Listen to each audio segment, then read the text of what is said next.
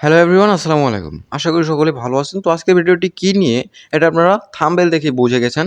তারপর আমি আরেকবার বলে দিই, এই ভিডিওটিতে আপনারা ডিএলএস গেমের 5টা স্কিল জানতে পারবেন, যে 5টা স্কিল জানলে আপনারা সহজে একটা প্লেয়ারকে মুভ করতে পারবেন, গোল করতে পারবেন।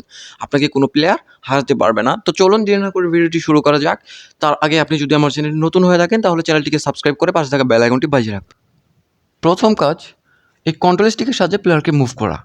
দেখতেই পাচ্ছেন আমি কন্ট্রোল স্টিকটা যেদিকে ঘোরাচ্ছি প্লেয়ারটাও কিন্তু সেদিকেই যাচ্ছে। এভাবেই প্লেয়ারটিকে মুভ করতে পারবেন। সেকেন্ড ওয়ার্ক, যে বি বাটনটি দেখতে পাচ্ছেন এটা হচ্ছে লো কিক বাটন। এটার সাহায্যে আপনি অন্য অন্য প্লেয়ারকে পাস করতে পারবেন, পাশাপাশি লো কিকে গোল করতে পারবেন। থার্ড ওয়ার্ক, এ লেখা যে বাটনটি দেখতে পাচ্ছেন এটা হচ্ছে হার্ড কিক বাটন। এটার সাহায্যে আপনি হার্ড শট করে গোল করতে পারবেন এবং লং পাস খেলতে পারবেন। ফোর্থ ওয়ার্ক, সি লেখা যে বাটনটি দেখতে পাচ্ছেন এই বাটন দিয়ে আপনি কর্নার মারতে পারবেন, পাশাপাশি আপনি কোনো প্লেয়ারের উপর দিয়ে বল কিংবা গোলকিপারের উপর দিয়ে বল মেরে গোল করতে পারবেন।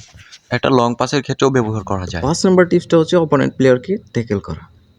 এটা জানলে আপনি অপোনেন্ট টিমের প্লেয়ারের কাছ থেকে সহজেই বল নিতে পারবেন। কিভাবে করবেন?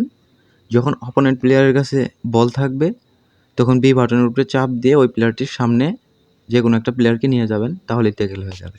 তো তো এই ছিল আজকের ভিডিওর। পরবর্তীতে যদি কোনো সমস্যা হয় তাহলে আমাকে কমেন্টে বলতে পারেন কী টাইপের ভিডিও চান। ধন্যবাদ।